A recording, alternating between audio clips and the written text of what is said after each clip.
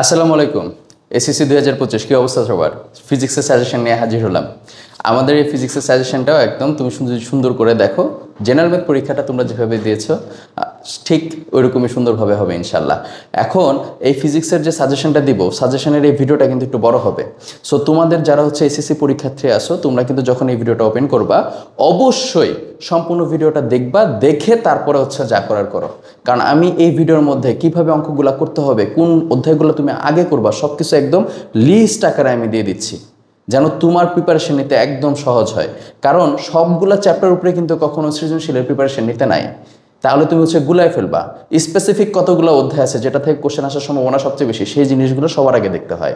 আর এমসিকিউর জন্য তো আমরা সম্পূর্ণ অধ্যায় দেখবই, এবং ক খ এর জন্য সম্পূর্ণ অধ্যায়গুলোই দেখতে হবে, অর্থাৎ 14টা চ্যাপ্টারই তোমার দেখতে হবে। কারণ কতে কোনো নিশ্চয়তা নাই, কোত্থেকে দিতেছে আমাদের কিছু বলতে পারবো না। সো সেই ক্ষেত্রে আলাদা, কিন্তু ম্যাথের ক্ষেত্রগুলো তো আমাদের বুঝে বুঝে করতে হবে। যেমন আমি এই জায়গায় যেভাবে হচ্ছে ভিডিওতে প্রতিটা অধ্যায় নিয়ে আলোচনা করব, তুমি যখন প্র্যাকটিস করতে নিবা ওই অধ্যায়গুলো টার্গেট করে করে প্র্যাকটিস করবা, যে টপিকগুলো আমি নিয়ে আলোচনা করব। তাহলে ভিডিও বেশি হচ্ছে গিয়ে যেহেতু বড় হবে, তো আমি সময় নষ্ট না করে চলে যাচ্ছি সাজেশনে। প্রথমে আমি যে অধ্যায়টাকে আমার সাজেশনের মধ্যে রাখছি সেটা হচ্ছে অধ্যায় 2 গতি। অধ্যায় 2 গতি। তাহলে গতির মধ্যে আমরা কি কি পড়বো একটু খেয়াল করে দেখো। গতির মধ্যে আমরা 3টা টপিক আগে সিলেক্ট করি। গতির মধ্যে আমাদের কি আছে, ধরো লেখচিত্র, বা আমার কাছে কি থাকতে পারে, একটা ছক থাকতে পারে। তাহলে লেখচিত্র আর ছকের থেকে আমাদের কি দেয়, লেখচিত্র আর ছকের মধ্যে থেকে একটু চিন্তা করে দেখো তো আমাদের কি কি দিতেছে। এক, অতিক্রান্ত দূরত্ব, অতিক্রান্ত দূরত্ব বের করো। আচ্ছা, তারপরে হচ্ছে ধরো আমাদের কাছে দিতেছে হচ্ছে কি ধরো হচ্ছে 12তম সেকেন্ডে, 12তম সেকেন্ডে কতটুক গেল, কত দূর গেল। বা আমাদের দিতেছে প্রথম 20 সেকেন্ডে, প্রথম 20 সেকেন্ডে অতিক্রান্ত পথ, অতিক্রান্ত পথ। বা তারপরে আমাদের আর কি দিতে পারে, এরপরে আমাদের এখানে দিতে পারে হচ্ছে গিয়ে তোমার ধরো সম্পূর্ণ দূরত্ব বের করে দেখাও, বা সম্পূর্ণ দূরত্ব ওই অতিক্রান্ত দূরত্বের মধ্যেই পড়ে। এছাড়া আমার কাছে আর কি প্রশ্নটা থাকতে পারে, যে হচ্ছে গিয়ে তোমাকে বলতে পারে 20 সেকেন্ড 22 সেকেন্ড এগুলো বলার পরে লেখচিত্রটা যদি হয় বেগ আর সময়ের, তাহলে তোমাকে ঘ নাম্বারে বলবে তাহলে ত্বরণ আর সময়ের বেগ চিত্রটা বের করে দেখাও। তাহলে ত্বরণ সময়, ত্বরণ সময়ের লেখচিত্র, ত্বরণ সময়ের লেখচিত্র, এই কথাটা আসলো। এরপরে আসো 2 নাম্বার পয়েন্ট। 2 নাম্বার পয়েন্টে আমাদের কি দিতে পারে, 2 নাম্বার পয়েন্টের কোন জিনিসগুলো তুমি প্র্যাকটিস করবা। তাহলে এই একটা সেক্টর গেল, 2 নাম্বার সেক্টর। ধরো আমি হচ্ছে বললাম 2 নাম্বার সেক্টরে বাঘ হরিণ, তাহলে বাঘ হরিণের একটা সেক্টর। আচ্ছা ঠিক আছে, তারপরে আমাদের বাঘ হরিণের জায়গায় ইঁদুর বিড়ালও হইতে পারে, ইঁদুর বিড়াল। সেম সেক্টরে কি হইতে পারে, private car, private car truck. তারপরে হচ্ছে কি আমাদের আর এখানে কি থাকতে পারে, প্রাইভেট কার থাকতে পারে। তারপরে বলতে পারে পিকনিক স্পটে 2টা বাস যাচ্ছে, পিকনিক স্পট।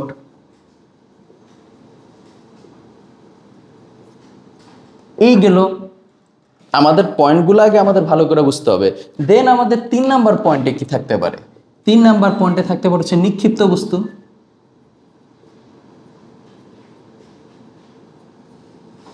নিক্ষিপ্ত বস্তু। তারপরে আমাদের থাকতে পারে বিচরণকাল, এখানের সাথে থাকতে পারে বালকটি বল ধরতে পারবে কিনা।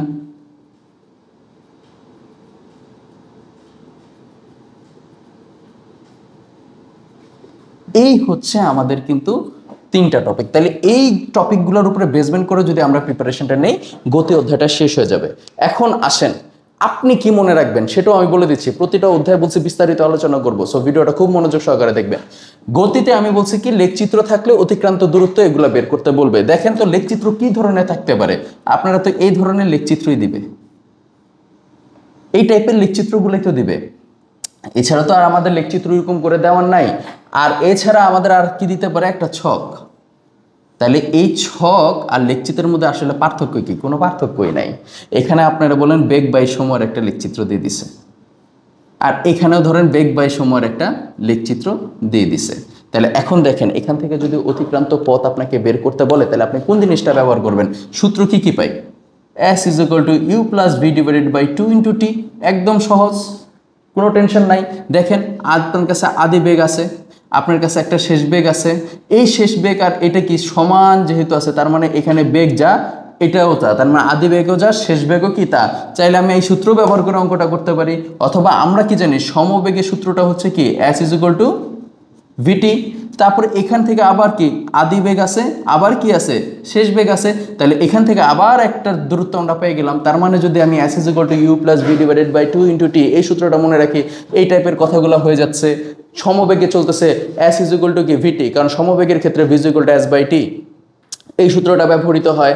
তাহলে আমাদের এটা গেল। ইভেন যদি এই টপিকগুলো সম্পর্কে কারো কোনো অসুবিধাও থাকে, আমাদের ইউটিউব পেজের মধ্যে গতি, বল এগুলো চ্যাপ্টার ভিডিওগুলো দেওয়া আছে, সেগুলো চাইলে তোমরা একবার এক নজর দেখে আসতে পারো। এখন খেয়াল করো, তাহলে এই জায়গায় যখন আমরা s = u + v × t, s = vt এই জায়গাগুলো দিয়েছি, এখন এখান থেকে কি তুমি ত্বরণ বের করতে পারবা না? এখানে যেহেতু সমবেগ তাহলে ত্বরণ 0, আবার এখানে যেহেতু আস্তে আস্তে বেগটা হ্রাস পাচ্ছে, তার মানে ত্বরণটা কি হবে? ঋণাত্মক। তাহলে এখন যদি প্রশ্নের মধ্যে বলে ত্বরণ সময়ের কি বের করো, লেখচিত্র বের করো, 101 বার আমরা পারবো, এত ভয় পাওয়ার কিছু নাই। এরপরে আমাদের এখানে কি বলছে? 12তম আর হচ্ছে প্রথম 20, তার মানে 20 সেকেন্ডে, টোটাল 20 সেকেন্ডে কতটুকু পথ অতিক্রম করছে তোমাকে এটা জানতে চাইছে। আর যদি প্রশ্ন বলে 12তম সেকেন্ডে কতটুকু গেছে, সেই ক্ষেত্রে আমরা একটা কাজ কি করি, 11 সেকেন্ডে কতটুকু যায়, 12 সেকেন্ডে কতটুকু যায়, 12 সেকেন্ড থেকে 11 সেকেন্ড কি করে দিই, বিয়োগ করে দিই। এইভাবেও চাইলে আমি দূরত্বটা বের করতে ফেলতে পারবো। তাহলে আমরা বুঝতে পারতেছি অবশ্যই যে লেখচিত্র সংক্রান্ত যদি কোনো হচ্ছে কোশ্চেন তুমি সলভ করতে যাও, তুমি এই কয়েকটা জিনিস মাথায় রাখলে তোমার হচ্ছে প্রবলেমটা সলভ হয়ে যাচ্ছে, তাই না? বুঝা আমাদের আসলে প্র্যাকটিস করতে হবে, গন্ডমূর্খের মতো হচ্ছে প্র্যাকটিস করা যাবে না। গদবাধা প্র্যাকটিস করলে আমাদের হচ্ছে ভুল হবে। আমি তাইলে এখন চিন্তা করে দেখো, গতি চ্যাপ্টার উপরে তুমি এই সেক্টরের মাত্র 1 থেকে 2টা সৃজনশীল দেখলে হয়ে যাচ্ছে, বা সর্বোচ্চ ধরলাম 3টা। তাহলে এবার আসো পরের টপিকটা কি আছে। পরের টপিকটা আমি হচ্ছে লিখছি বাঘ, হরিণ, ইঁদুর, বিলার, প্রাইভেট কার, 2টা বাসের পিকনিক স্পট। এই কাহিনীগুলো থাকলে তুমি কি করবা? দেখো একটা জিনিস, একটু জিনিস খেয়াল করো। এই ধরো হচ্ছে গিয়া একটা চিজ রাখা আছে, তুমি এই জায়গায় বললা হচ্ছে ইঁদুর আছে, আর এই জায়গায় বললা হচ্ছে গিয়া কি বিড়াল আছে।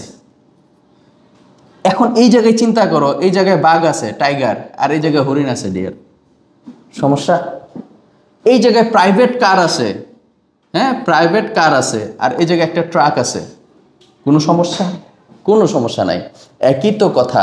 এবং এদের মধ্যবর্তী কি দেওয়া থাকবে, কোশ্চেনের মধ্যে তোমার একটা ডিস্টেন্স দেওয়া থাকবে। ধরো সেই ডিস্টেন্সটা কত দেওয়া আছে, 20 মিটার। তাহলে একটু চিন্তা করে দেখো, হয় বলবে ওরা সমবেগে যেতেছে, অথবা বলবে ও সমতরণে যাচ্ছে। বেগ টেক কিছু না কিছু তো দেওয়া থাকবে, হয় সমতরণে যায়, নাহলে সমবেগে যায়, একটা ডিস্টেন্স দেওয়া থাকবে, কিছু না কিছু তো একটা দেওয়া থাকবে। বাবা টেনশনের তো কোনো কারণ নাই, তুমি সেই জিনিসটাকে অ্যাপ্লাই করে অঙ্কটা করবা। তার মানে কি দাঁড়াইতেছে, এইখানে যদি প্রাইভেট কার আর ট্রাকের কথাটা বলি, ইকুয়েশনগুলো কেমন যায়, এই ট্রাকটা এখানে যাইতেছে, প্রাইভেট কারটাও দিন শেষে এখানেই যাবে। তাহলে ওর এখানের দূরত্বটাকে যদি আমি S2 বলি, আর তাহলে প্রাইভেট কারের দূরত্বটাকে আমাকে কি বলতে হবে, S2 এর সাথে প্লাস কত 20 দিতে হবে। তাহলে প্রাইভেট কারের যে ডিস্টেন্সটা S1 সমান কি একটা ইকুয়েশন পাই গেলে না? আবার অনেক সময় হয় 2টা বাস একসাথে একই জায়গা থেকে যাত্রা শুরু করছে, একই জায়গা থেকে কি শুরু করছে, যাত্রা শুরু করছে, এবং মজার ব্যাপার হচ্ছে তারা একই জায়গায় যেয়ে পৌঁছাবে, তার মানে তাদের লক্ষ্য সেম। তার মানে ওরও দূরত্ব S, ওরও দূরত্ব S। একজনরে বললাম হচ্ছে আমি কি, ধরো বাস নাম্বার 1, বাস নাম্বার 2, তাহলে বাস নাম্বার 1 এর আমার দূরত্বটা হচ্ছে S1 ধরলাম, বাস নাম্বার 2 এর দূরত্বকে কি বললাম, S2 বললাম। তাহলে একটু চিন্তা করেন তো, S1 আর S2 তো সমান, কারণ তাদের জায়গা তো সেম। তাহলে S এর আপনি কোন সূত্রটা জানেন, S = ut + ½ at²। তাহলে কোশ্চেন তো এটাও হইতে পারে যে হচ্ছে গিয়া পিকনিক স্পটে যে বাস দুটো যাচ্ছিল, তারা একটা প্রতিযোগিতায় ধরো লিপ্ত হয়েছে, কত সেকেন্ড ধরে তারা প্রতিযোগিতা করতেছে বা কত মিনিট ধরে তারা প্রতিযোগিতায় লিপ্ত ছিল, এই কোশ্চেনটাও করতে পারে। কথা কি বুঝতে পারতেছে? বা প্রথম বাসটা দ্বিতীয় বাসটার তুলনায় কত আগে পৌঁছাবে, বা দ্বিতীয় বাসটা আগে পৌঁছাবে কিনা, বা কোন বাসটা আগে পৌঁছাবে, এই টাইপের কোশ্চেনও করতে পারে, কারণ এদের দুজনের ডিস্টেন্স তো সেম। কথাগুলো কি বুঝতে পারতেছি? যদি না বুঝতে পারি কমেন্ট বক্সে অবশ্যই জানাই দেবা, সমস্যা নাই, আমরা চেষ্টা করবো এটাকে দেওয়ার। তাহলে আমাদের গতি সংক্রান্ত গেল। এরপরে গতির 3 নম্বর টপিকে আমি কি রাখছি যেন আমাদের, তাহলে এখান থেকে যদি আপনি 2টা বা 3টা করেন তাহলে টোটাল কয়টা হইল। এইবার এই জায়গায় আসেন নিক্ষিপ্ত বস্তুর খেলা। এখানে আপনি কি কাজ করবেন, মনোযোগ দেন। নিক্ষিপ্ত বস্তুর ক্ষেত্রে আমরা যদি একটু চিন্তা করি, আমাকে কি কি ক্ষেত্রে প্যাচ খাওয়াইতে পারে। কোন একটা বস্তুকে উপর থেকে নিচে ফালাইতেছি, তার মানে পরন্ত বস্তু। পরন্ত বস্তুর ক্ষেত্রে সবকিছু কি হয়, প্লাস। যেমন ইউ প্লাস ভি ইন্টু কি আমরা লিখি যে V is equal to U plus GT, তারপরে V square is equal to U plus 2gh, H is equal to UT plus half GT square.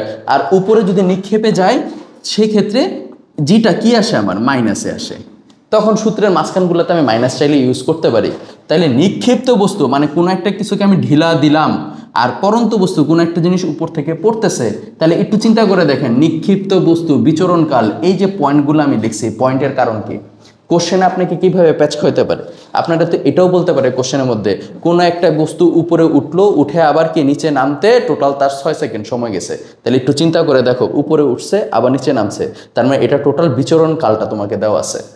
এখানে কিন্তু সময় বিচরণ কাল দেওয়া আছে, মানে উপরে উঠা এবং নিচে নামা, শুধু উপরে ওঠার সময় এটা তোমাকে কিন্তু দেয় নাই, তার মানে এটা বিচরণ কাল অলরেডি দেওয়া আছে। তাহলে তুমি সেক্ষেত্রে তো সূত্র একটা জানোই, টি ইজ ইকুয়াল টু হচ্ছে কি 2u ডিভাইডেড বাই জি। তাহলে এখান থেকে কি তুমি ইউর মান বের করতে পারো না? ইউর মান যদি তুমি বের করতে পারো তাহলে নিক্ষিপ্ত বস্তু তুমি তো এটাও জানো, ভি ইজ ইকুয়াল টু কি ই স্কোয়ার মাইনাস 2gh। আমরা জানি সর্বোচ্চ উচ্চতায় শেষ বেগ কি হয়, 0। সর্বোচ্চ উচ্চতায় কি শেষ বেগ 0। তাহলে সেই ক্ষেত্রে তুমি অনায়াসে এইচ এর মানটা বের করতে পারো না? তার মানে কোন একটা বস্তু উপরে উঠছে, কতটুকু হয়েছে, উচ্চতাও বের করতে পারছে। আবার যদি আমার কাছে বলে 19 মিটার পার সেকেন্ড বেগে কোনো একটা বস্তুকে উপরের দিকে নিক্ষেপ করা হইলো, তাহলে সেই ক্ষেত্রে আমরা কি এই সূত্রটা ব্যবহার করে এইচ এর মানটা বের করতে পারবো।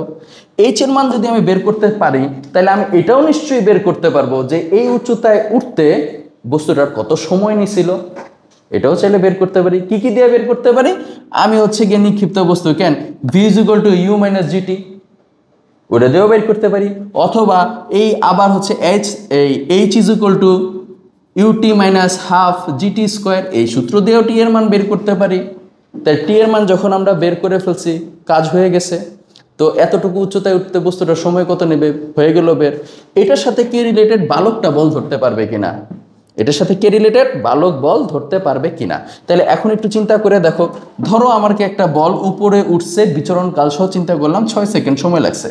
তাহলে একটা বালক ধরো 30 মিটার দূরত্বে আছে, সে 4 মিটার পার সেকেন্ডের বেশি দৌড়াইতে পারে না, 4 মিটার পার সেকেন্ড বেগে দৌড়ায় সে। তাই 4 মিটার পার সেকেন্ড বেগে যদি সে দৌড়ায় থাকে তাহলে 30 মিটার পথ অতিক্রম করতে তার কত সময় নেবে, কারণ তো সমবেগে দৌড়াচ্ছে। তাহলে সমবেগের সূত্র আমরা কি জানি, যে তোমার হচ্ছে ভি ইজ ইকুয়াল টু হচ্ছে এস বাই টি। তাইলে আমার এখানে ভি এর মান দেওয়া আছে, এস এর মান দেওয়া আছে, টি এর মান বের হয়ে গেল, ধরো টি এর মান বেরিয়েছে 7। তাহলে ওর তো যাইতেই 7 সেকেন্ড সময় লাগবে, কিন্তু বলটা তো 6 সেকেন্ডের নিচে পড়ে গেছে, তার মানে সে কি করলো, বলটা ধরতে পারলো না। এই হচ্ছে গতি। আমি যা বলছি এর বাইরে তোমাকে আশা করে প্র্যাকটিস করার প্রয়োজন নাই, এবং এই বছর কোশ্চেন অনেক সোজা হবে, সকল বোর্ডের জন্যই সাজেশন সেম। এবার আসেন পরের যে চ্যাপ্টারটা আমি রাখছি সেটা নিয়ে একটু আলোচনা করি। পরের চ্যাপ্টার জায়গায় আমি রাখছি হচ্ছে তোমার 4 নম্বর অধ্যায়কে। 4 নম্বর অধ্যায়ের আমাদের নাম কি, 4 নম্বর অধ্যায় 4 নম্বর হচ্ছে কাজ, ক্ষমতা ও শক্তি। তাহলে কাজ, ক্ষমতা, শক্তির মধ্যে আমি কি কি পয়েন্টগুলো রাখছি একটু খেয়াল করো। আমি এই জায়গায় পয়েন্টের মধ্যে তোমার হচ্ছে রাখছি হচ্ছে ভূমি স্পর্শের আগে বেগ, ভূমি স্পর্শের আগে বেগ, এটা কিন্তু 2 নম্বরের সাথে রিলেটেড। এরপরে আমি রাখছি হচ্ছে যান্ত্রিক শক্তি বের করো, যান্ত্রিক শক্তি বের করো। এরপরে আমি হচ্ছে পয়েন্টের মধ্যে রেখে দিছি হচ্ছে তোমার, ধরো অনেক সময় বলতে পারে প্রতিটা পয়েন্টে ধরো এ বি সি তে শক্তি বিশ্লেষণ করো। তারপরে আমাকে হয়তো বা এটাও বলতে পারে হচ্ছে কোন উচ্চতায় বিভব শক্তি, গতি শক্তির 1/3, 1/5, 1/4, যা মন চাই হোক বলুক, হবে এই টাইপের কথাবার্তা বলতে পারে, বা দ্বিগুণ হবে, 4 গুণ হবে, 5 গুণ হবে বলতেই পারে। তারপরের পয়েন্টে আমরা কি রাখতেছি, তারপরে হচ্ছে ধরো স্প্রিং এর সংকোচন, স্প্রিং এর সংকোচন, স্প্রিং এর সংকোচন। এরপরে পয়েন্টে আমরা কি রাখতেছি, মোটরের ম্যাথগুলা। মোটরের ম্যাথের মধ্যে কি আছে, অপচয় শক্তি, তারপরে হচ্ছে প্রদত্ত ক্ষমতা বা শক্তি, তারপরে লভ্য কার্যক্ষমতা বা শক্তি, আরেকটা কি আছে, কর্মদক্ষতা। তাহলে এই যে পয়েন্টগুলো নিয়ে বললাম, এই পয়েন্টের বাইরে তো তোমার চিন্তা করার প্রয়োজন নাই। তাহলে এখন মাথার মধ্যে ঢুকাও, ভূমি স্পর্শ করার আগে বেগ। যদি তোমার কাছে বস্তুর ভর টর দেওয়া থাকে, কেন তুমি গতিশক্তি কি জানো, গতিশক্তি হচ্ছে 1/2 mv², জানি কি জানি না, সেখান থেকে ভি এর মান বের হয়ে যাবে না, একদম সহজ। গতিশক্তি আমরা কি জানি, টি ইজ ইকুয়াল টু কি 1/2 mv²। তোমার এই জায়গায় যদি বস্তুর ভরের মান দেওয়া থাকে, তাহলে তুমি বস্তুর ভর টর হ্যান ত্যান সব কিছু বা গতিশক্তি এগুলো যদি দেওয়া থাকে, তাহলে তুমি অনায়াসে কী করতে পারবা, ভি এর মান বের করতে পারবা। আর যদি এগুলা কিছুই দেওয়া না থাকে, তাহলে গতি অধ্যায়ে চলে যাও, v² is equal two u² plus 2gh, সেখান থেকে বের করে ফেলো ভি এর মান, কোনো সমস্যা নাই। স্থির অবস্থা থেকে বস্তুটা পড়তেছে, পরন্ত বস্তু স্থিরিত ছিল, তারপরে ফালাই দিছি, একদম সহজ। তাইলে আমাদের দেখো যান্ত্রিক শক্তি, যান্ত্রিক শক্তি জিনিসটা কি, অনেক সময় কোশ্চেনের মধ্যে যান্ত্রিক শক্তি বললে তুমি ভয় পেয়ে যাও। আরে যান্ত্রিক শক্তিটা হইতেছে গতিশক্তি আর বিভব শক্তির যোগফল, গতিশক্তি আর বিভব শক্তির কি যোগফল, এটারই কি বলা হয় যান্ত্রিক শক্তি। তাহলে একটু চিন্তা করে দেখো, পরে আরেকটা পয়েন্ট কি লিখছি, ABC, শক্তির বিশ্লেষণ করো। আমি একটু দ্রুত বলতেছি, দরকার হলে ভিডিওটা টাইনে টাইনে তোমরা দেখে নিবা যদি কোনো কথা বুঝতে অসুবিধা হয়, কারণ নাইলে ভিডিওটা অনেক বড় হয়ে যাবে। ধরেন এটা একটা পয়েন্ট, এটা হচ্ছে এ পয়েন্ট, এটা হচ্ছে কি বি পয়েন্ট, এটা হচ্ছে কি সি পয়েন্ট। তাহলে এই প্রতিটা পয়েন্ট আমরা ভালো করে জানি, বিভবের ক্ষেত্রে চিন্তা করতে হয় বস্তু কত উপরে আছে, আর গতিশক্তির ক্ষেত্রে চিন্তা করা হয় বস্তু কতটা নিচে নামলো। তাহলে একটু চিন্তা করে দেখেন, এই পুরাটা যদি আমার 20 মিটার উচ্চতা হয়ে থাকে, আমি যদি বলি বস্তুটা x নিচে নামছে, তাহলে এর টুকরে কি বলবেন, 20 - x।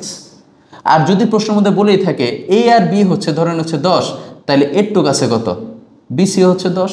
তাহলে আমাকে বলতে পারে প্রতিটা পয়েন্টে বস্তুর বিভব ঠিক আছে কিনা। তাহলে এই পয়েন্টটি কি, এই পয়েন্ট যতটুকু উপর আছে, তাহলে এই পয়েন্টে বস্তুটা যে শক্তিটা অনুভব করে এটাই তো বিভব শক্তি।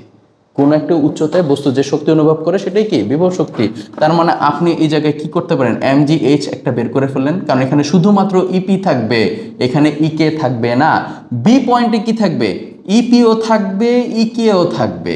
তাহলে বি পয়েন্টে কতটুকু নিচে নামলো, একই সূত্র ব্যবহার করা যায়, কারণ ইকের ক্ষেত্রেও আমরা কিন্তু mgh ব্যবহার করতে পারি। উপরে নিচে চিন্তা করলে আমার এখানে 1/2 mv² বসানোর কোনো প্রয়োজন নাই। তাহলে এই জায়গায় ইকের হাইটটাও হবে কত, 10, আবার ইপির হাইটটাও কত হবে, 10। কেন, কারণ উপর থেকে 10 নিচে নামছে, তার মানে ইকে 10, নিচ থেকে কতটুকু উপরে আছে, 10 উপরে আছে, তার ইপি 10। কথা কি বুঝতে পারছি। তাহলে সি পয়েন্টে কি আছে, সি পয়েন্টে শুধুমাত্র ইকে আছে, তার মানে উপর থেকে 20 মিটার, ডাইরেক্ট ইকের উচ্চতা কত এই জায়গায় 20, এই জায়গায় তোমার হচ্ছে ইপির উচ্চতা কত 20, আর এই জায়গায় ইপির উচ্চতা 10 10। তাহলে প্রতিটা পয়েন্ট আলোচনা করে ফেললো, এবং মজার ব্যাপার প্রতিটা পয়েন্টের শক্তির কি থাকবো, সেম থাকবো, একদম সহজ। তাহলে আমার আশা করি এই টপিকের মধ্যে যদি কোনো অঙ্ক দেয় তোমাদের আটকাইতে পারবে না। এরপরে কি আছে, গতিশক্তি বিভব শক্তির অর্ধেক, দ্বিগুণ, চতুর্থাংশ, তৃতীয়াংশ, যা মন চায় তা বললো। ওইটা আমার মাথা ব্যথা না, আমার মাথা ব্যথা কোন জায়গায়, কোশ্চেন কি বলছে, কোশ্চেন আমার যেমন নাচেছে আমি ওমনি নাচবো। আমার টার্গেট একটাই, কোশ্চেন আমাকে যা বলবে, আমাকে ধরো কোশ্চেন বলছে বিভব শক্তি, ওকে ফাইন, বিভব শক্তি সমান সমান কি বলছে, গতিশক্তির অর্ধেক, গতিশক্তির অর্ধেক, তাহলে অর্ধেক গতিশক্তি, বা বলছে দ্বিগুণ, দিলাম দ্বিগুণ, বিভব শক্তি গতিশক্তির দ্বিগুণ, বললো 1/5 দিলাম 1/5, চতুর্থাংশ 1/4, অথবা বললো গতিশক্তি বিভব শক্তির এত। তাই তোমাকে যেটা বলছে তুমি আগে ইকুয়েশনটা লিখে ফেলবা, তোমার কাজ হচ্ছে ইকুয়েশন লিখে ফেলা। তাহলে এখন বলছে কোন উচ্চতায়, ওকে ফাইন, আমি তো জানি না কোন উচ্চতায়, টোটালটার হাইট দেওয়া আছে ধরো 100, আমি মনে মনে ধরে নিলাম এক্স উচ্চতায়, কোন উচ্চতায়, এক্স উচ্চতায়। তাহলে একটু কত, 100 - x, তোমার টেনশন করার কি আছে বাবা, তোমার তো কোনো টেনশন নাই। তাহলে এই যে পয়েন্টটা ধরলাম আমি এ পয়েন্ট, এটা বি পয়েন্ট, এটা সি পয়েন্ট, দেখো আগের অঙ্কগুলো আবার চলে আসতেছে। তাহলে একটু চিন্তা করে দেখো ইপির ক্ষেত্রে কি এখান থেকে কতটুকু উপরে আছে, তাহলে এম জি এইচ এর মানে এক্স হাফ, ইকে ইকে মানে কি এখান থেকে কতটুকু কি সে নিচে নামছে, তাহলে ইকের ক্ষেত্রে আমরা কি লিখতে পারি এম জি 100 মাইনাস এক্স। সমস্যা কই, M G M G M G M G কাটা, তাহলে এই জায়গায় এক্স তার সাথে 2 গুণ, তাহলে 2x, এই জায়গায় কি পাইলে 100 মাইনাস এক্স। কত সহজে আমার ম্যাথ শেষ হয়ে গেল, এত টেনশন করবো কেন? আর যদি বলতো বিভব শক্তি যান্ত্রিক শক্তির অর্ধেক, তাহলে যান্ত্রিক শক্তি বললে এখানে বিভব শক্তি আর গতি শক্তি দুইটারে একসাথে লিখতে হইতো। এটাই ডিফারেন্স, ডিফারেন্স আর কিচ্ছু নাই। যান্ত্রিক শক্তি বললে তুমি কি করতা, গতি শক্তিটাও লিখতা, বিভব শক্তিটাও লিখতা। কারণ যান্ত্রিক শক্তি মানে কি গতি শক্তি প্লাস বিভব শক্তি। কথা কি বুঝাইতে পারছি? তাহলে এখন যদি যান্ত্রিক শক্তি বলতো তাহলে তুমি কি করতা, এখান থেকে একটু বিভব শক্তি, এখান থেকে একটু গতি শক্তি, দুজনের যোগফল দিয়ে দিতা, তাইলে এই জায়গায় যান্ত্রিক শক্তির টপিকটা চলে আসতো। বুঝাইতে পারছি ব্যাপারটা? আর যদি শুধু গতি শক্তি আর বিভব শক্তির আলোচনা করে তাহলে তুমি নর্মালি অঙ্কটা করে ফেলবা, একদম সহজ। তাহলে এইচ এর মান একটা পাই গেলাম, এখান থেকে আসলে 3x, তাহলে হচ্ছে কত 3x = 100, এক্স রে 100 রে 3 দিয়ে ভাগ দাও, যা আসে তাই। কত আসতেছে 3 3 9, আবার 3 3 33 দশমিক সামথিং। একদম সহজ, বুঝাইতে পারছি ব্যাপারটা? এরপরে আমাদের আছে কি স্প্রিং সংকোচন। মাথার মধ্যে রাখেন যে একটা বস্তু একটা স্প্রিং এর উপরে আইসা পড়লো, একটা বস্তু একটা স্প্রিং এর উপরে আইসা পড়লো, তাহলে স্প্রিং এর উপরে যদি আইসা একটা বস্তু পড়ে, তাহলে মনে রাখতে হবে আমাদের একটা জিনিস, স্প্রিং এর যে সংকোচনতা বা স্প্রিং এর যে বিভব শক্তিটা হবে তাহলে পরন্ত বস্তুর গতিশক্তির সমান। তাহলে আমি অনায়াসে লিখতে পারি হাফ কি কি x square is equal to half কি এম ভি স্কোয়ার। কোশ্চেনের মধ্যে সব কিছু তোমার দেওয়া থাকবে, যে জায়গায় এটা হচ্ছে কি স্প্রিং এর ধ্রুবক, কে রে কি বলা হয় স্প্রিং এর ধ্রুবক। তাহলে এক্স এর মানটা বের করতে পারবো অনায়াসে, কোন বস্তু পড়তেছে, কত বেগে পড়তেছে, তারপরে সেই বস্তুটা ভর কত ছিল, এগুলো কোশ্চেনের মধ্যে তোমার দেওয়া থাকবে, তোমার এত টেনশন করা লাগবে না। তাহলে এইটা একটা দেখে গেলা। এরপরে তোমার হচ্ছে এখানে কি আসতেছে, যে তোমার হচ্ছে মোটর অপচয় শক্তি বা প্রদত্ত তোমার হচ্ছে কি প্রদত্ত ক্ষমতা বা শক্তি, লভ্য কার্য শক্তির বা কর্মদক্ষতা, এই টাইপের যে কথাগুলো আছে। কেন আমরা কি এটা জানি না? আমরা কি এই জিনিসটা জানি যে সেটা হচ্ছে কি, যে তোমার কি বলে eta is equal to output divided by input into 100। এই জায়গার মধ্যে লভ্য কার্য ক্ষমতাও হইতে পারে, শক্তিও হইতে পারে, মোট প্রদত্ত ক্ষমতাও হইতে পারে, শক্তিও হইতে পারে, যেটা মন চায় সেটা হোক, সেটা তো আমার মাথা ব্যথার জিনিস না। কি করব আমরা, তাহলে একটু চিন্তা করে দেখো আমাকে কি বলছে, প্রদত্ত ক্ষমতা, শক্তি, লভ্য কার্য শক্তি, কর্মদক্ষতা ইত্যাদি বের করো, সব অঙ্ক এই জায়গায়। একটা মোটর 5 তলা বিল্ডিং এর উপরে ধরো হচ্ছে গিয়ে 1000 লিটার পানি তুলতে 2 মিনিট সময় নেয়, তাহলে মোটরের লভ্য কার্য ক্ষমতা কত? তোমার কাছে কি ক্ষমতা মানে কি P, P is equal two আমরা কি জানি ডাব্লিউ বাই টি। এই ডাব্লিউ সমান সমান আবার কি জানি এফ এস, এফ মানে আবার কি জানি এম এ, যেহেতু উপর নিচে চিন্তা করতেছি এটা তখন জি, এসটা তখন এইচ, তার মানে পি ইজ ইকুয়াল টু তুমি কি বলতে পারতেছো M G H divided by T. তাহলে এই সূত্রে অ্যাপ্লাই করলে তুমি কি পাবা, লভ্য কার্য শক্তি পাইয়া যাবা, টেনশনের কোনো কারণ নাই। এখন প্রশ্নের মধ্যে যদি তোমাকে ইটার মান দেওয়া থাকে তাহলে মোট প্রদত্ত ক্ষমতা তুমি পাবা, যদি ইটার মান দেওয়া না থাকে মোট প্রদত্ত ক্ষমতা থাকে তাহলে তুমি ইটার মান পাবা। টেনশন আর করার কি আছে, বিন্দু পরিমাণ টেনশনের কিছু নাই। প্রশ্নের মধ্যে যদি মোটরের মোট প্রদত্ত ক্ষমতা দেওয়া থাকে, কতটুকু শক্তি অপচয় হয়েছে না হয়েছে সেটাও তুমি বের করতে পারবা। কারণ অপচয় যে শক্তিটা হয়েছে ওই শক্তি মানে ডাব্লিউ, শক্তি মানে কি ডাব্লিউ, এটা যেন মাথায় থাকে। আর ডাব্লিউ মানে কি কাজ, কাজ মানে কি ব্যয়িত শক্তি, ব্যয়িত শক্তি মানে যে শক্তিটা খরচ হয়েছে।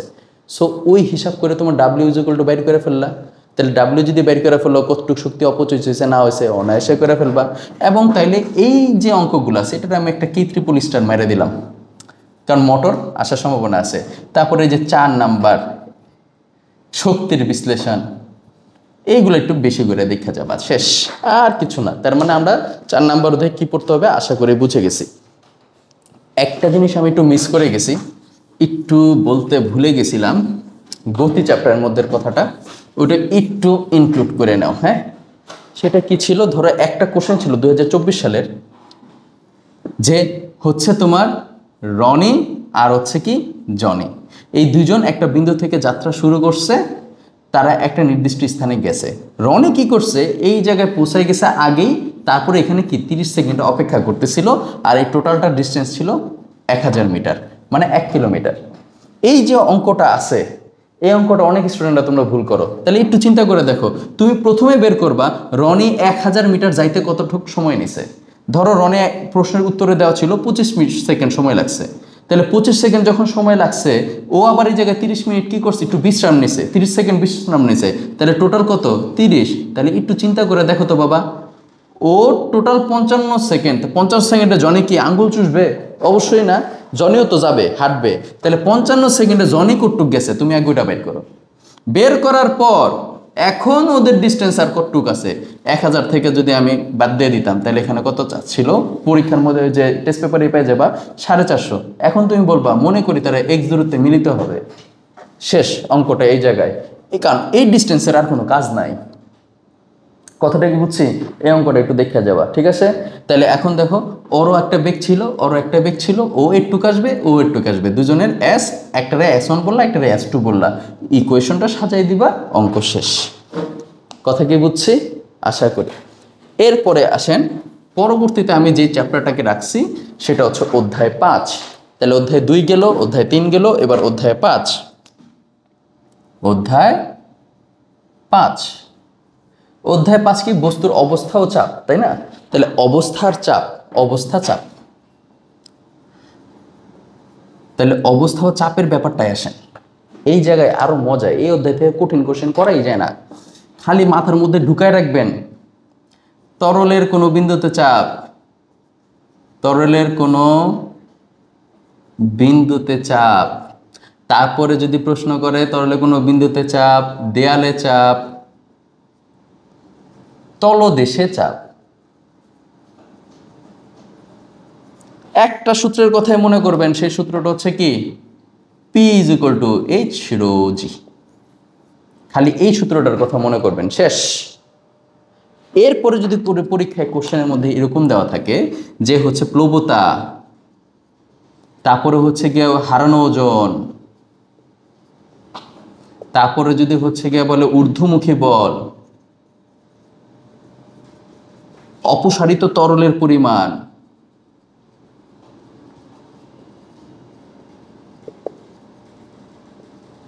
তারপরে যদি হচ্ছে বলে আর্কিমিডিসের সূত্র মানে কিনা,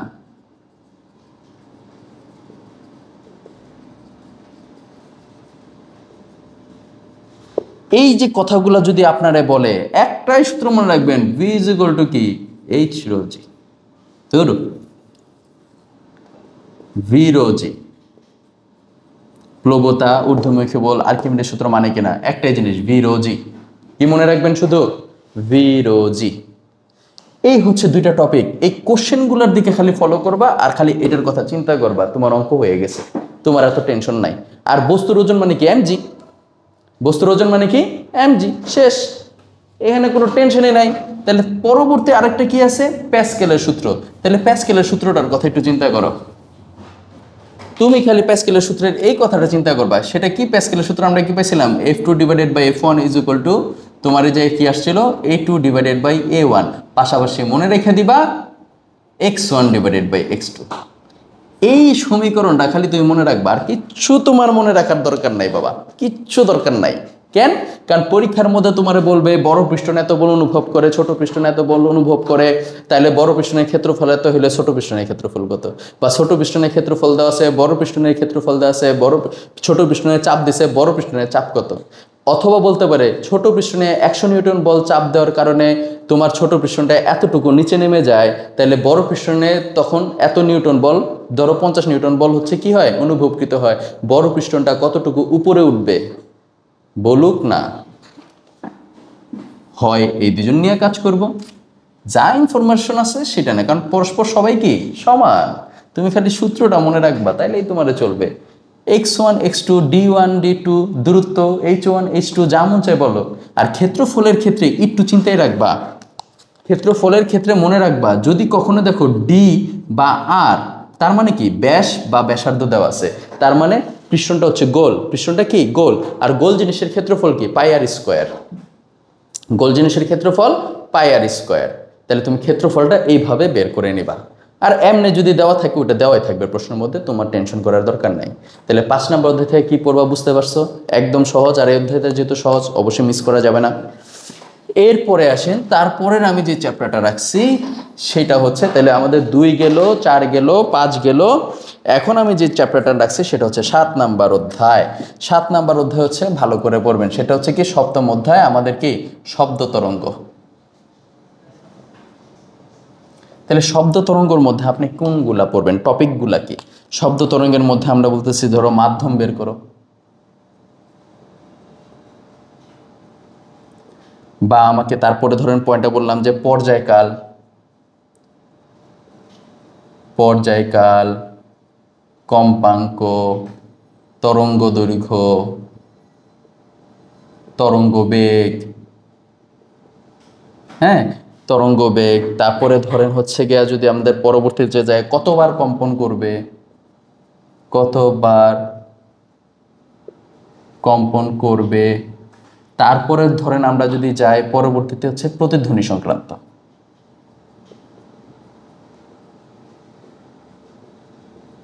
প্রতিধ্বনি সংক্রান্ত, তারপরে তাপমাত্রা, বায়ুর তাপমাত্রা,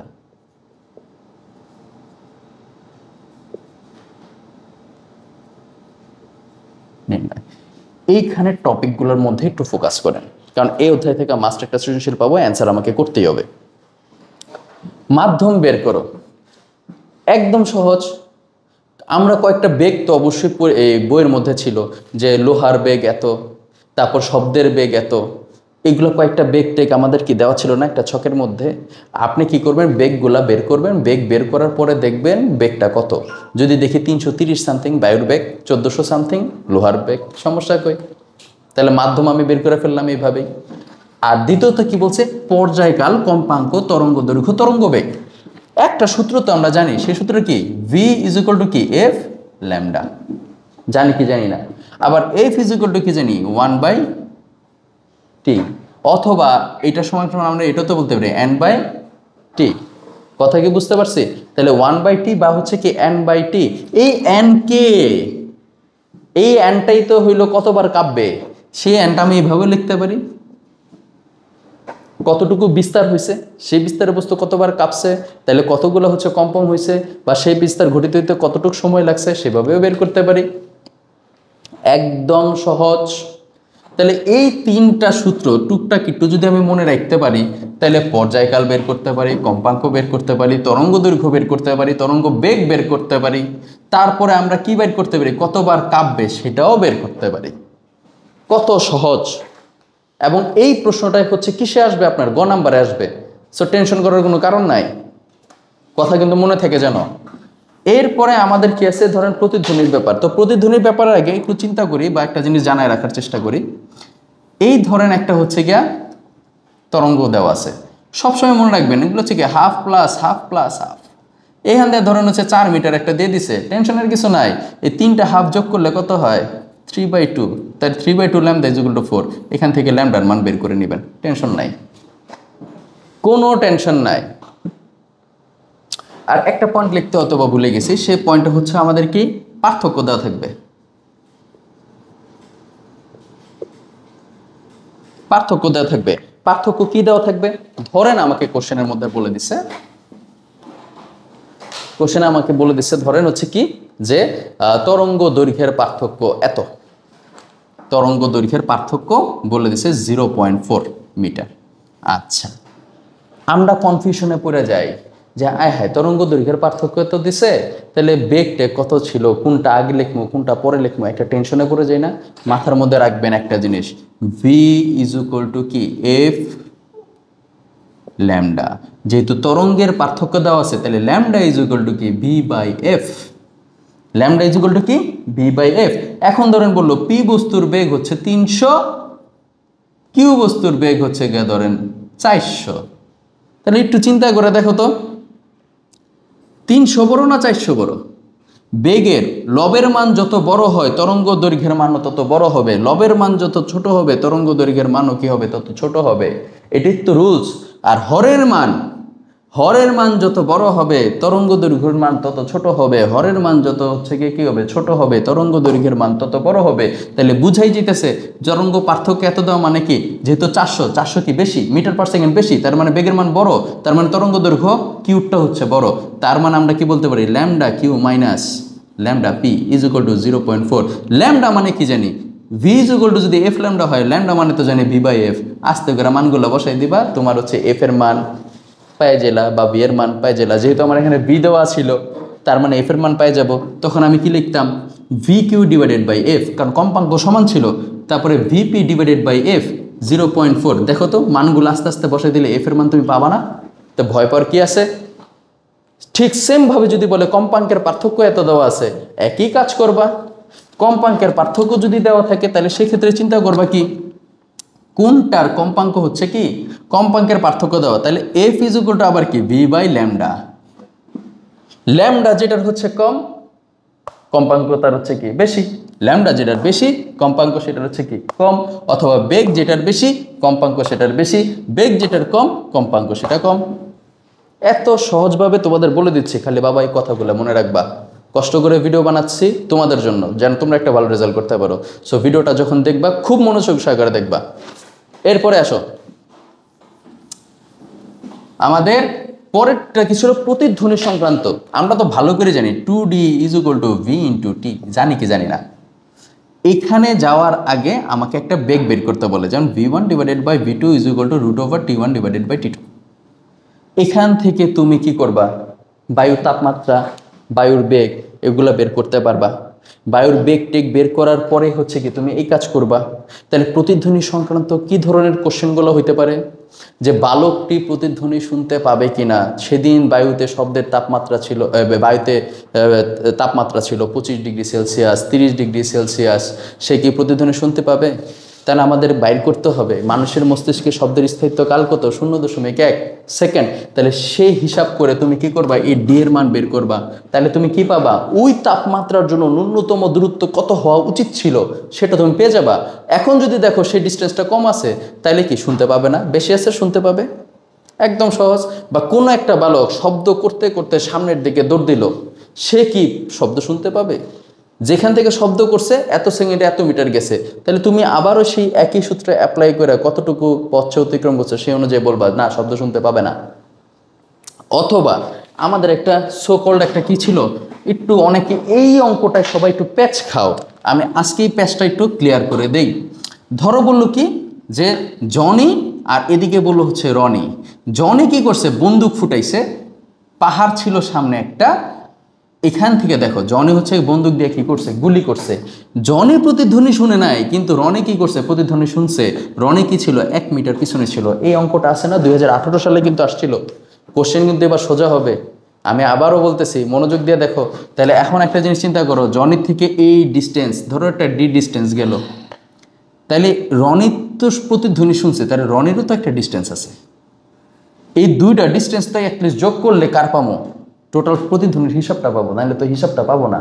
তাহলে একটু চিন্তা করে দেখো তো, ডি প্লাস এখানে কি আছে, একটা গ্যাপ আছে না, -1 একটা গ্যাপ আছে কি না।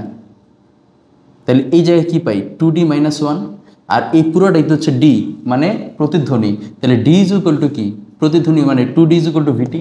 তাহলে সেই হিসাব করে 2D - 1 করছি। কেন -1টা আসছে এবার মাথায় গেছে আশা করি, কারণ ও আমার কি ছিল পিছনে। তাহলে রনির টোটাল ডিস্টেন্সটা তুমি পেয়ে গেলে না, রনি পাহাড় থেকে কতটুক দূরে ছিল। তাহলে এখন যদি কেউ তোমার কাছে জানতে চাইতো জনি কতটুক দূরে আছে, ওটাও তাহলে বের করতে পারবে না, কারণ জনি তো আছে কি 1 মিটার সামনে, মাইনাস করে দাও। তাহলে জনিরটাও পাবা, রনিরটাও পেয়ে যাবা। কথা কি বুঝতে পারছি।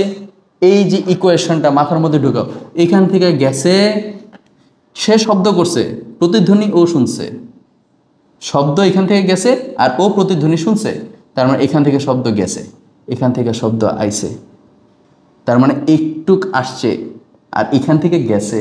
তাহলে এই দুজনের কি করতে হবে, যোগ। তাই তো কি পাবো, প্রতিধ্বনি ইজ ইকুয়াল টু ভিটি। একদম সহজ, কারণ প্রতিধ্বনি কি যাবে আবে। ঠিক আছে, ওকে ডান। আশা করে বুঝতে পারছি। তাপমাত্রা বের করার জন্য V1 divided by V2 is equal to root over T1 divided by T2, T এর মান কি হতে হবে, ক্যালভিনে নিতে হবে। মনে থাকবে আশা করি। তাহলে এই টপিকটা যদি আমরা শিখে ফেলি, প্রতিধ্বনি করতে করতে যাচ্ছে ন্যূনতম দূরত্ব কত ছিল, বা সে কি প্রতিধ্বনি শুনতে পাবে কিনা, তাহলে সে প্রতিধ্বনি শুনতে পাবে কিনা এটা ডিপেন্ড করবে ওই সময়ের ওই তাপমাত্রার জন্য কতটুকু দূরত্বের দরকার হয়। আশা করি সাত শেষ। এই টপিকগুলোই খালি প্র্যাকটিস করবেন, তাহলে সব মিলাইয়া আপনার এই 2-3 দিনে 30-40টা বা 50টাই সৃজনশীল প্র্যাকটিস করলে 100% রাইট, আপনি 50-100% শিওর পাবেন। এরপরে আসেন আলোর প্রতিফলন সংক্রান্ত আলোচনা করব এবং প্রতিসরণ, এই দুইটা একসাথে আলোচনা করব, কারণ এই দুজন হচ্ছে কি দুই ভাই, আপন দুই ভাই। আলোর প্রতিফলন চ্যাপ্টার কত 8, আলোর প্রতিফলন চ্যাপ্টার 9, আলোর প্রতিসরণ। এই দুজনের ক্ষেত্রেই প্রথমে আমি যেটা বলবো, আপনারা চিত্র মাস্ট, চিত্র 100% পড়বেন। যেভাবেই হোক না কেন চিত্র কমপ্লিট থাকতে হবে। চিত্র যদি কমপ্লিট থাকে 3 নাম্বার শিওর শেষ। আর ক খ এটা তো পারতেই হবে, কারণ এটা তো কিছু করে নাই, মুখস্থ টপিক। তাহলে ক খ গ 3টা পারতেছি, তার মানে 100% শিওর 6 নাম্বার চলে আসতেছে। খালি স্ট্রাগল করবো এখন কি 4 নাম্বার নিয়ে। তাই 4 নাম্বারের জন্য কি করবো সেটা বুঝে ফেলতে হবে। এখন আসেন আলোর প্রতিফলনে আমরা তো এই সূত্রগুলো তো অ্যাটলিস্ট জানি, যে 1/u = 1/v = 1/f। তারপর আমরা এটা তো জানি m = v/u, আমরা এটাও জানি m = l'/l। তাহলে এই যে সূত্রগুলো জানি, এই সূত্রগুলো খালি মাথার মধ্যে ঢুকায় নেন। এরপরে খালি কোশ্চেন পড়েন, দেখেন কি আছে কি নাই। মাঝে মাঝে একটু প্যাচ খাওয়ানোর চেষ্টা করে, সেটা কি ধরেন ইউর মান বা ভি এর মান আর এফ এর মান, এই জায়গায় দুজনের মান দেওয়া থাকে না। এই সমীকরণটা দিয়ে একটু প্যাচ খাওয়ানোর চেষ্টা করে, যে ধরেন ইউর মান নাই, খালি কি দেওয়া আছে এফ এর মান দেওয়া আছে, আর কারোর মান দেয় নাই, ভি এর মানও দেয় নাই, ইউর মানও দেয় নাই। আমরা চিন্তা করি আয় হায় তাহলে কি করবো, টেনশন করার কিছু নাই। এখান থেকে 1/u, এটার মান ধরেন এফ এর মান 2, এফ এর মান ধরে নিলাম কি 2, তাহলে 1/u, তাহলে এফ এর মান যদি 2 হয় তাহলে 0.5, তাহলে 0.5 এটা ওই পাশে গেলে কি 1/v।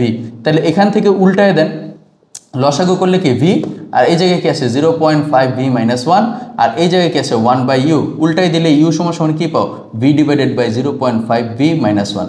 এই যে ইউর মানটা পাইছো, এই ইউর মানটা এসে আবার এই জায়গায় বসাই দাও, তাহলে সবাই ভি হয়ে গেল এই পাশে। টেনশন করার কিছু নাই, তুমি এইভাবেও ভি বের করে ফেলতে পারো। প্যাচটা খাওয়াই খালি এই যে এই সূত্রতে, তো প্যাচটা আশা করি ধরতে পারছি।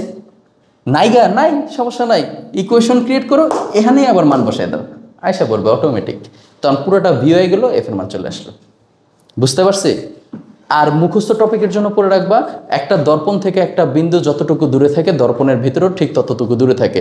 এটার একটা প্রমাণ তুমি জ্যামিতিকভাবে নিজের মতো করে লিখে চলে আসবা, শেষ। আরেকটা যেটা আসে সেটা হচ্ছে কি, যদি তোমার সম্পূর্ণ বডি একটা আয়নার মধ্যে দেখতে চাও, অবশ্যই আয়নাটাকে তোমার শরীরের কি হইতে হবে, অর্ধেক হইতে হবে, নাহলে তোমার সম্পূর্ণ বডিটা দেখতে পাবা না, শেষ। এইগুলো টপিকই গেল আলোর প্রতিফলন।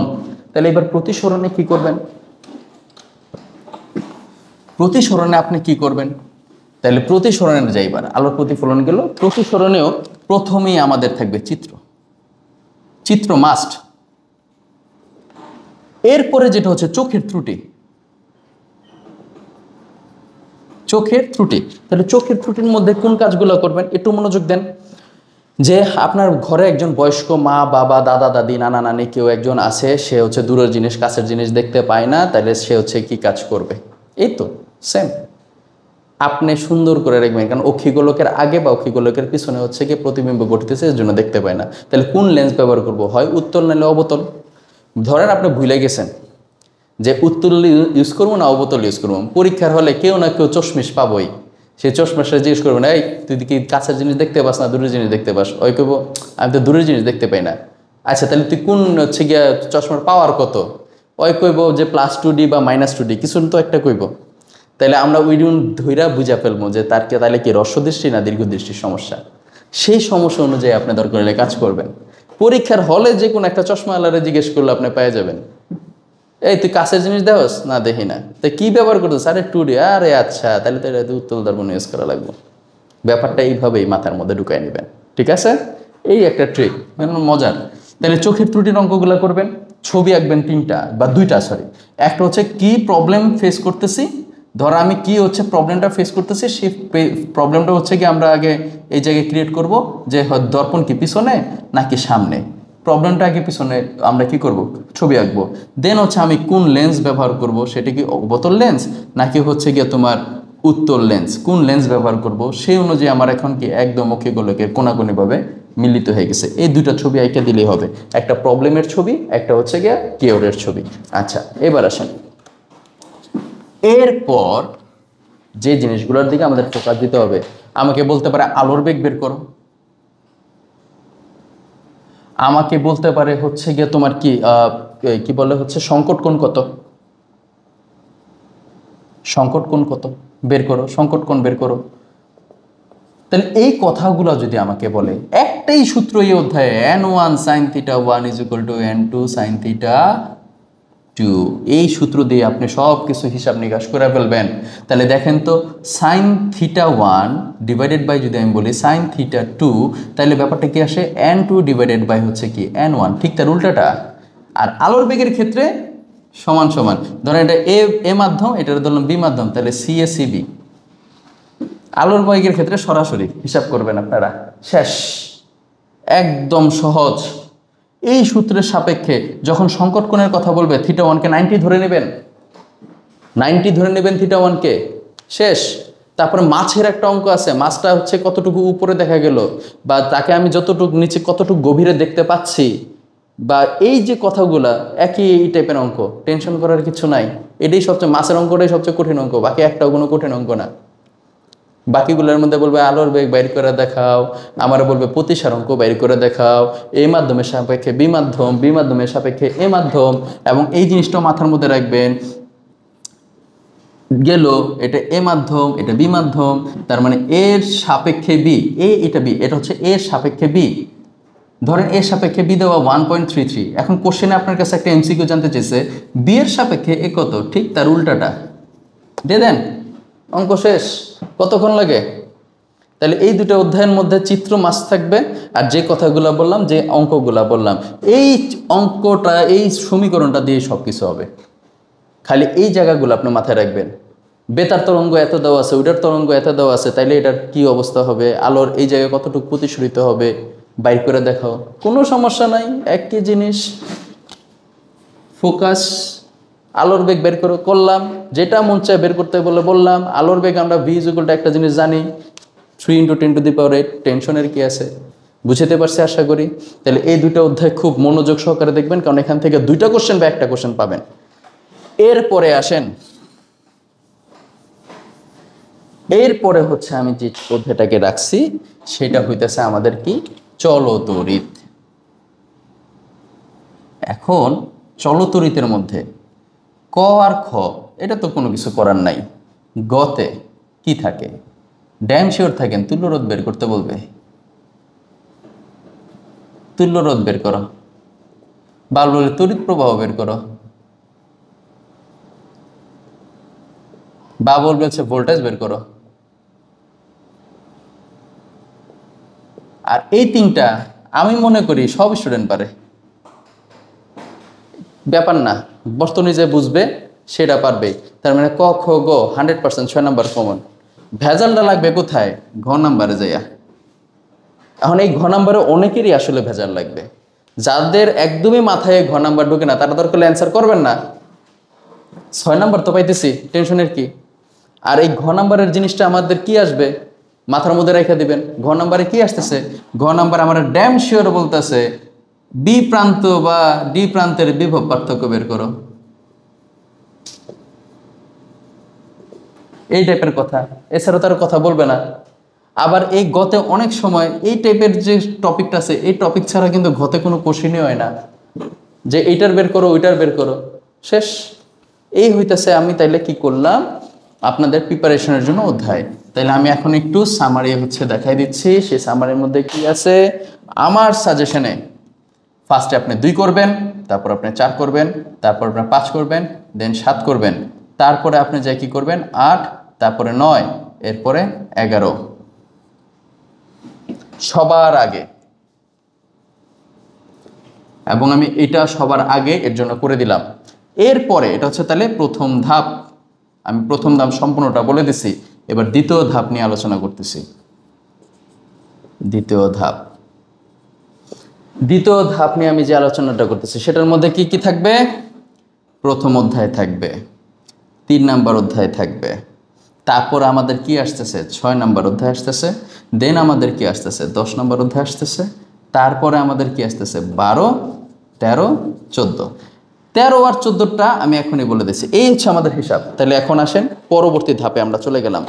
পরবর্তী ধাপ যদি আমরা হিসাব করি তাহলে এখানে কি কি আছে একদম পরবর্তী ধাপে একদম ধূপধাপ বলে দেব, টপিক বলে দেব, করে ফেলবেন। 1 নাম্বার অধ্যায়, অধ্যায় 1। এত টেনশন নাই, ভার্নিয়ার স্কেল, ভার্নিয়ার ধ্রুবক বের করো, তারপরে ভাগ সংখ্যা বের করো, প্রধান স্কেলের ভাগ সংখ্যা বের করো,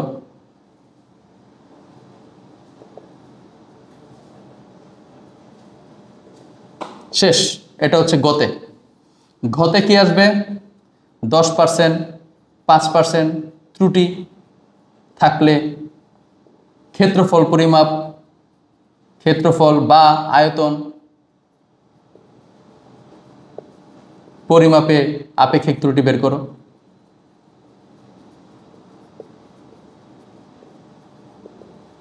শেষ। জান, যদি এই অধ্যায় থেকে কোশ্চেন আসে এগুলোই কোশ্চেন হবে। এবং এই জায়গার মধ্যে মাথার মধ্যে রাখবেন অবশ্যই আয়তাকার ঘনবস্তু, বর্গাকার ঘনবস্তু, তারপর আয়তক্ষেত্র যা বলবে এগুলোর কিন্তু সূত্রগুলো আপনাকে মনে রাখতে হবে। যদি আপনি সূত্র মনে না রাখতে পারেন দিন শেষে কিন্তু আপনি পারবেন না।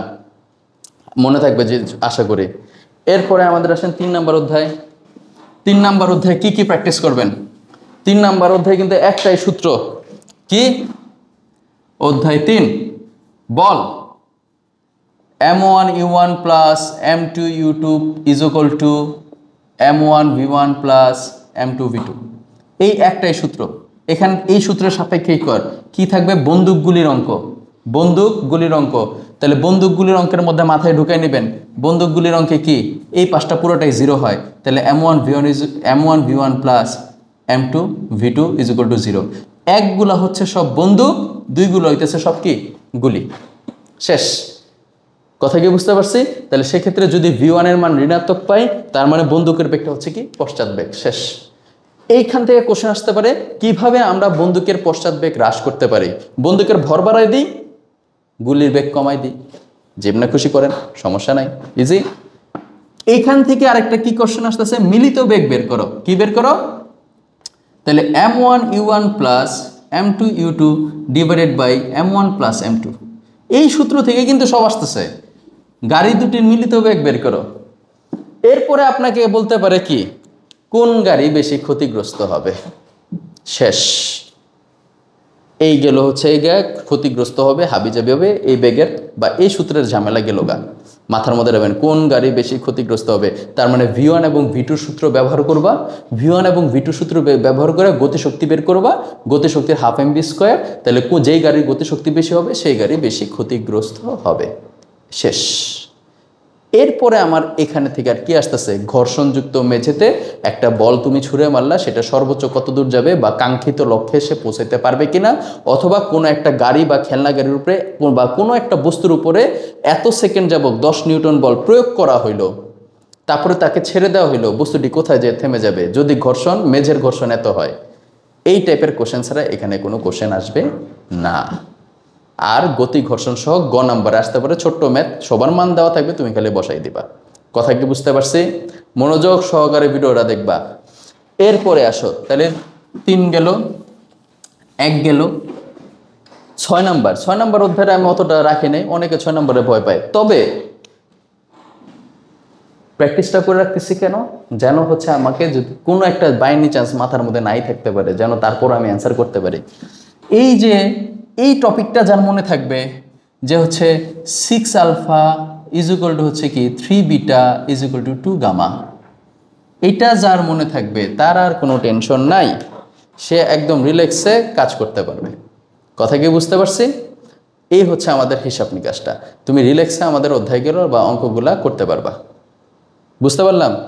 এরপরে আমাদের হচ্ছে এইগুলো যদি করে ফেলি দেন হচ্ছে শরবত বা টোটাল তাপমাত্রাটা কত সেই তাপমাত্রাটা হচ্ছে কি করো বের করে দেখাও, বা দুইটার মিশ্রণের তাপমাত্রা বের করে দেখাও, আপেক্ষিক তাপ বের করে দেখাও। এছাড়া কোনো কোশ্চেন আমরা পাচ্ছি না।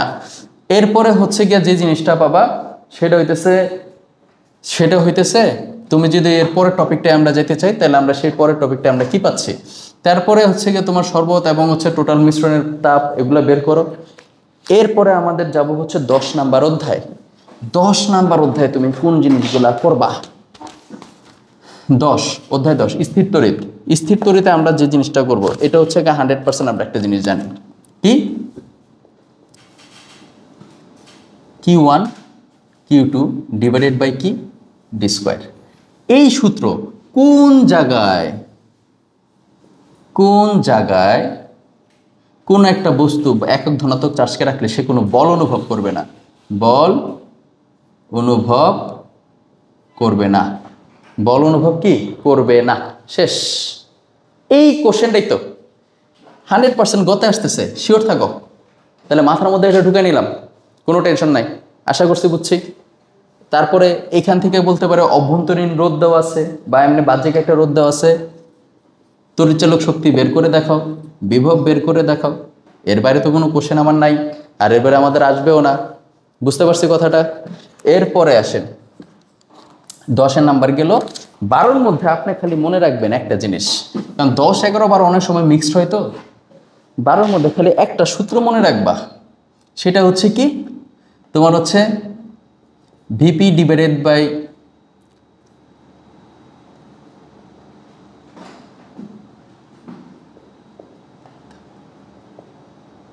আইস ডিভাইডেড, দূর কি লিখতেছে